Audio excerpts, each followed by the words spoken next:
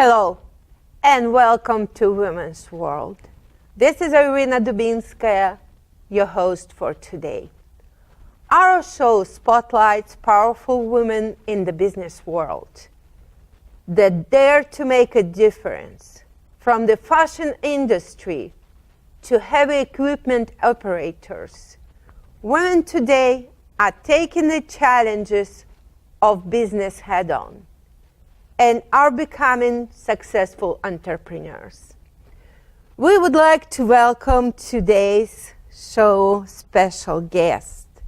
And this is Lyza Dydyshka, and she's CEO and founder of Horus Capital Partners and a commercial finance broker at Commercial Real Estate.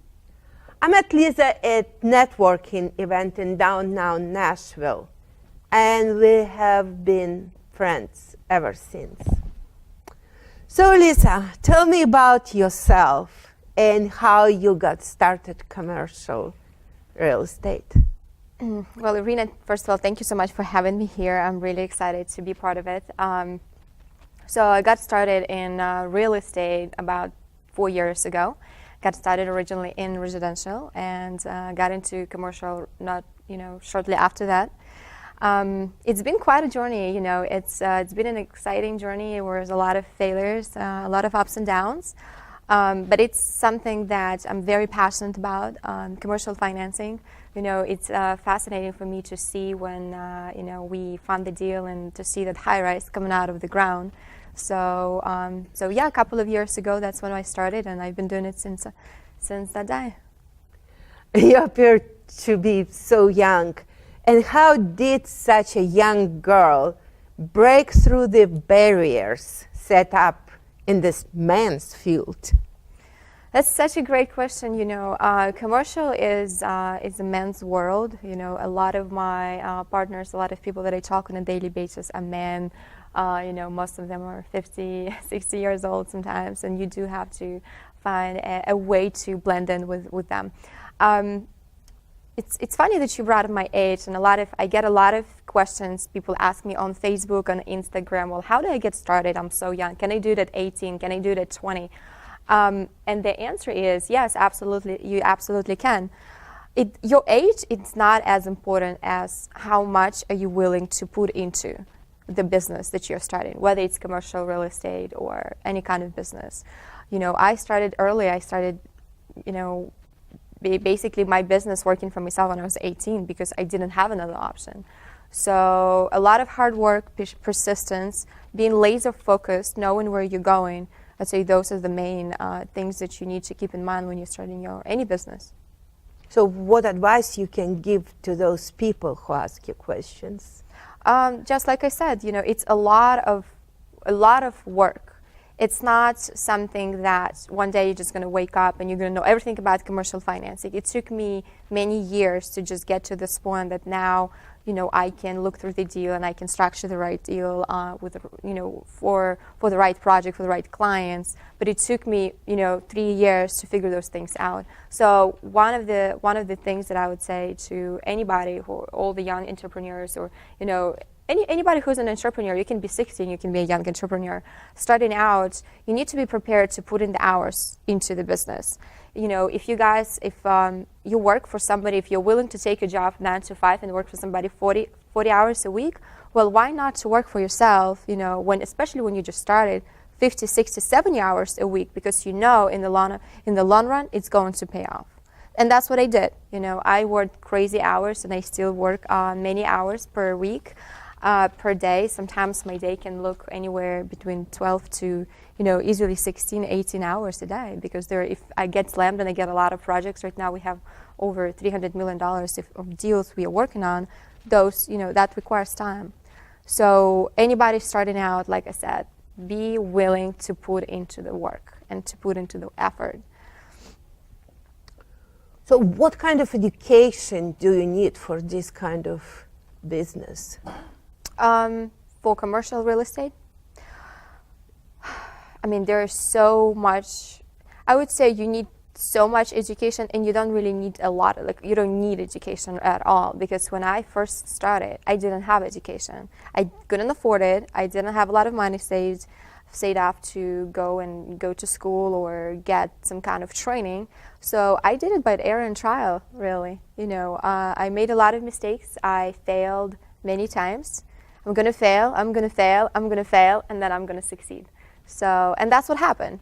You don't really have to go in official school and spend thousands of dollars if you don't have the money. If you do have the money, that would be absolutely awesome. If you could get let's say if it's commercial real estate, you could get your CCIM designation. Would definitely help you to be more educated when you are talking commercial real estate. You're gonna know the language, you're gonna know the terms, you're gonna know, pretty much everything, because it's pretty expensive to get that designation, and so that will train you. But you don't have to have it to get started. You can get started with zero knowledge, zero money, and you can still make it to the top. I made it, so anybody can do it. So your accent is lovely, so is mine. Where are you from? I'm originally from Belarus. Belarus, those of you that don't know, it's part of the Soviet Union. So I'm originally from there. I came here about almost 5 years ago. May 3rd, it will be exactly 5 years since I've been to the United States. Yeah. So it's interesting because I was born approximately 30 miles from the place you were born. Mm-hmm. And I believe both of us lived in Bulgaria. Yes, that's right. So what did you do in Bulgaria? I was in American University in Bulgaria I was going to school to get a degree, and it didn't work out that way. Oh. And then I got to here. Yeah, I love Bulgaria. It's nice. Amazing. Don't they have they have the best food on the planet? That's always. And it's interesting how healthy their food is, which we're going to come back for this topic. So what do you think is the greatest obstacle you are encountering now? Right now, the greatest obstacle, I would say, it's leveraging my time correctly. Because now that I have a lot of followers on social media, I have so many people that come to me, and everybody wants to meet and wants to learn. But at the same time, I do need to,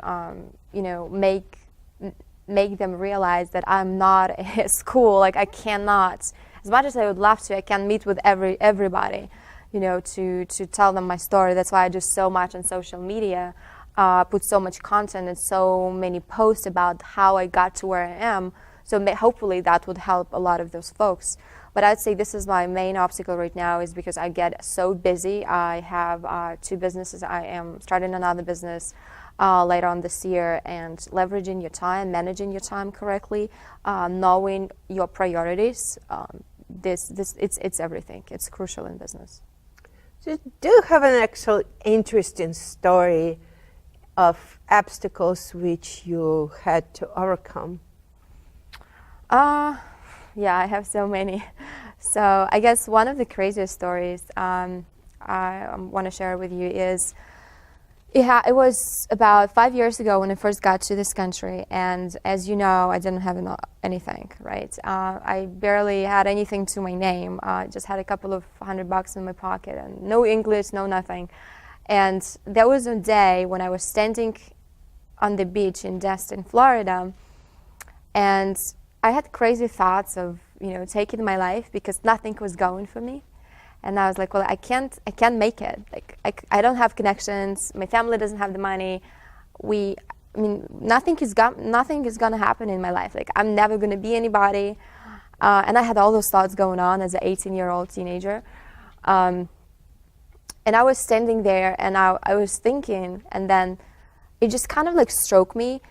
Well, now you have a choice. You can decide you don't want to leave anymore because it's an easy way out. You don't have the family here in the U.S. You don't have anything here, but there is another option, and you can, you can try, and you can do your best, and you can persevere and try to make something out of yourself. What is the worst thing can happen? You fail? Okay, so what? And I did. And at that moment, I thought a lot about the people that, in my life, my parents, my friends back in my country. And I had to make a decision. Was I going to give up like that, or am I going to keep going, regardless of how hard it is going to be? And I did, and I'm glad I did. So now, hopefully my story inspires a lot of people, because life is hard, and I know a lot of people, especially those that are reaching out to me, don't come from affluent families, so they don't have a lot, and basically want to inspire them they can do it. If I did it, somebody from a small little village in Belarus did it here, anybody can do it.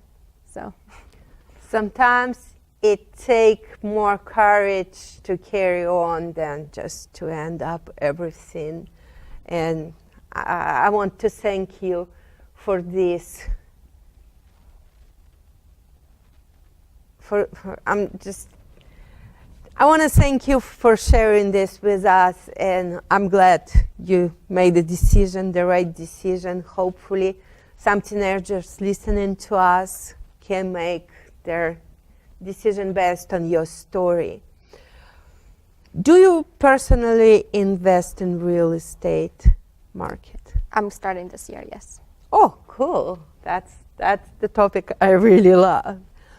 Where do you see yourself in 1 year? In 1 year? Yes. In 1 year, I probably see myself living in New York City, in Manhattan. And I have 20 people, strong team members that work with me at Horus, and everybody is succeeding and making their dreams happen.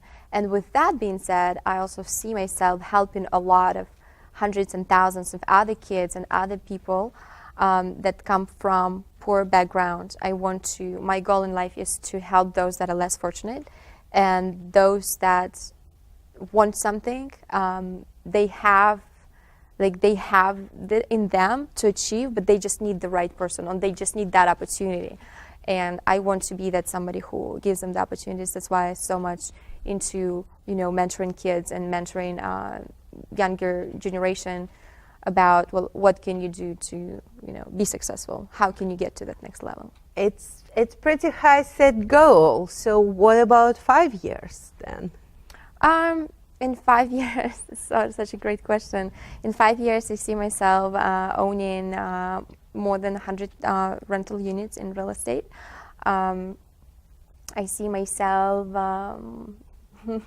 net worth is probably close to $15 or $20 million. With all my businesses, it's a very realistic goal. And I see myself helping thousands and hopefully millions of other people change their lives. And this is the reason I do what I do, and the reason I want to make all this money is just to help people that are less fortunate. And I just can't stress enough, I'm not making the money for, drive a Lamborghini. It's not really my passion.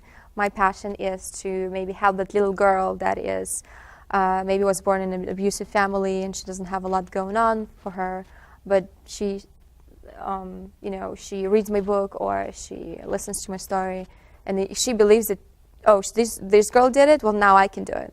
I'm going to work hard. I'm willing to sacrifice a couple of years now in order for me to have these results in the future, because anybody can do it, absolutely. I'm a living proof of that. And this is my passion. So I do see myself making great money in 5 years and changing the world for the better. So you see yourself as a mentor? Absolutely. Do you have a coach you go in for advice? This is an interesting question. I have a lot of coaches that I go to for advice. I don't have one. And I think that depending on what we're talking here about, you should have, a couple of different coaches. If you want to get better at your financial situation, you need to have somebody who is really good with their finances. If it's a fitness trainer, you need to have somebody who is fit and somebody who can help you achieve great things there. Maybe you need some help with your personal life, then I believe you have to have a coach that can help you with your, relationship, your marriage, or whatever it is. So yeah, I have different coaches in different spheres depending like which one we're talking about. Well, I'm very happy to hear it because I myself have number of coaches, and every coach have to have a coach. Absolutely. And everybody have to have a coach, because it doesn't matter how successful you are. If you are not progressing, you're declining. And with such a high speed of today's world, if we're not catching up, we're going to lose it. So I'm glad you have this opinion. So your business based here in Nashville, or you're global? How does it structure? Yes, my company is headquartered here in Nashville, Tennessee, but we do business nationwide and worldwide. So what is your goal in life? We've been looking 1 year goal, 5 years. What do your whole life goal? My whole life, just like I said, is I'm writing a book right now, which I'm very excited about. Hopefully it will inspire some people. But my main goal is to, like I just said, help those people, and especially children that come from poor background or foster kids or abusive families that don't have a lot, but they want to do something about it. Instead of going and smoking weed somewhere because that's what everybody else is doing, they want to try to change their life. Or maybe they come from poor family, maybe they want to make some money and help the family, their parents. And I want to create that opportunity. So hopefully, God willing, in the future I will have a foundation like on a global scale, because I'm not just talking about children here in the US, but there are so many people in Russia that need help. Here in this country, we are so blessed because the opportunities out there. If you just go out and you work hard like I did, you're going to make it happen. But if you go to Russia or other countries, in Europe, it's not ever like in Belarus there are so many people that want to do something and they just can't because the opportunity is not there. The economy is not on this level like we have here. And so I want to change anybody, whether it's a kid in Africa or it's somebody here in Russia, somebody who looking for that opportunity. Because when I was looking for that opportunity back 5 years ago, nobody helped me. Nobody told me, well, if you just do this or you read this book, you should do real estate or you should do that. Nobody kind of coached me and took interest in me because, like I said, we never had, I was nothing. I was nobody, and I want to change that because I believe that billions of dollars are being made by so many people, and I want to make those money to change the world for the better. So you want to bring these kids to America, or you want to build centers in the third world countries? No, I don't. I want to give them options. So whether it's somebody comes to this foundation and they want to be a doctor, so they need to go to school. To go to school, it's quite a little bit of money. So we want to be able to pay for that education for that kid. So that's what I'm talking about. Whether they want to come here just to go to school or anywhere in London or in Europe, whatever, it's their option. So my job is to create that platform that everybody could use and benefit from. And it's for them to decide what they want to do with their life. Whether they want to start a business, we would probably have a department what could help them write a business plan, kind of analyze it, okay, look at the market, what they can do, like what is realistic, what is not, and just help them from there. But I want, the main goal at that foundation is going to be treat everybody equally. I don't care if you're making $1 billion or you're making $50,000 a year. Everybody is equal. And that's what I want to have, that culture in the company, because I know I will be making a lot of money in the future. But I don't ever, and God hopefully helps me, I don't ever want to show it, to come across like, I'm here and you're there. My goal is to help others and to provide, like I said, those opportunities for them. Let me ask you something. Are you afraid sometimes? Are you afraid of failing? We all are, I believe, absolutely. There are many times I think about, well, what if this doesn't work out? What if all this money that I've invested into my business, my company, my people, my team members, what if it's all going to fall apart? Absolutely, I think about it. But one thing I've learned coming from nothing to where I'm at today is that you need to accept and embrace failure. Because if you are not willing to fail, you are not willing to succeed. It's like, if you look at this, you can look at it as a little child. When they learn to walk, they're gonna crawl first, then gonna walk. But they can't just walk all of a sudden. It doesn't happen like that. There are a lot of small little steps. They're gonna fail, and they're gonna fall, and they're gonna maybe have some bruises. But they never think, well, what if it's never gonna happen? They're gonna try and try and try until they succeed. The same thing you have to do in life or your business. You gotta fail so many times so that you eventually succeed. And I believe that those that are successful, the only reason they are successful, or maybe they're a few levels above you, is because they failed much on a much higher scale than you have. So. Very good. I like it. It's just, when you say I was nobody, the young girl with big dreams cannot be nobody.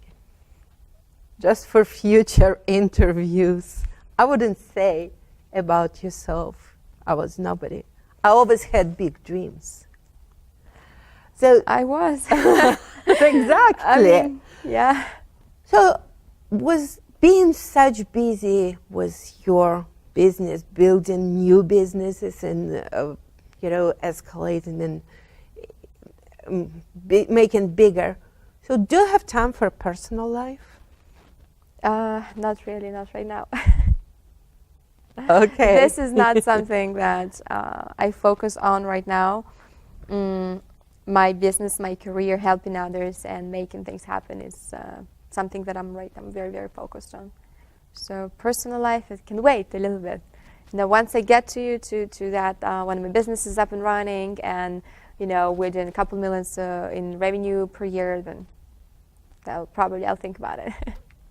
Okay, I'm pretty sure you won't have problem to find a perfect partner. So, do you travel a lot? I travel a lot. Where? Everywhere. I'm going to New York next week. Coming back to Nashville, then going back to New York, coming back to Nashville, going back to Miami. So I'm kind of like all over the place. This year, I'm very excited to visit Washington, D.C., Alaska, and the West Coast. I'm going to California for the first time in my life, so I'm very excited about that. I've been to many states. I guess some of my favorite places is definitely New York City. I'm obsessed with it. And I love Colorado, love the mountains. Do you go home often? Well, I will meet with my parents. You mean back to Belarus? Yes. No, I don't. But I'm taking my parents on a world vacation this year, so I'm very excited about it. We're going to go to a couple of different countries. Oh, very good. So what about your hobbies? Do you have any hobbies? Study languages. I love to shoot guns. Oh. I love to ride horses. Love to be in the nature, whether it's going skiing, mountains, anything that is adventure-like. I love it. Love reading books. I probably read 4 to 6 books per month. So this is one of my big hobbies because that's how I grow, and that's how I get new ideas, new things that I think about. What can I do to change my business or to improve myself? Like self-development is something that I'm very passionate about. So speaking of successful people, which should be balanced, from all aspects, including physical condition, emotional, and how you take care with having such a busy life, how you take care of your physical and emotional needs? Such a great question, you know. Every morning when I wake up, one of the first things I do is I meditate and I pray. And I thank God for everything that is going well in my life. Because you have to be happy, you have to make happiness your daily habit. And meaning, happiness is not a destination, it's a journey. So if you cannot be happy today and be grateful for the things that you have, you probably never will. Because no matter how many billions of dollars you're going to have, there will be something that you don't have. And if you just choose to focus on that, you know, then you're never going to be happy. And after I meditate, I'm at the gym pretty much every other day for at least an hour to an hour and a half.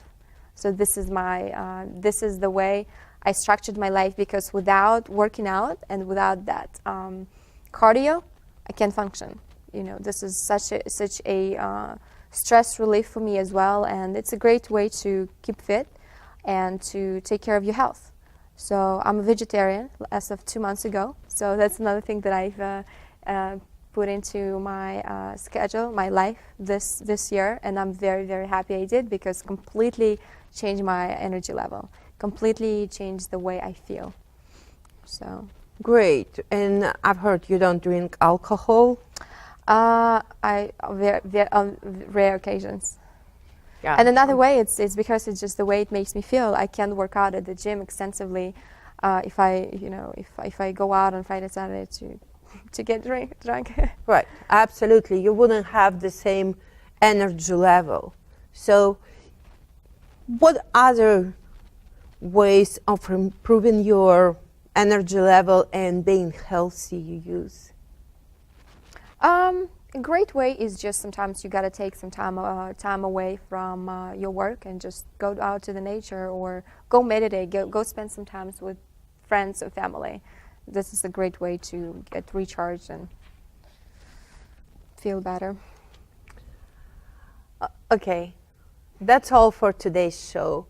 We would like to thank you, Lyza, for coming and telling your wonderful stories, and see Lyza's information on our website, meetirinadubinskaya.com. And this broadcast was sponsored by Global Real Estate Education Network, Live Daily Real Estate Education. See all what they have to offer at learnfromgreen.com. Thank you so much. Ciao.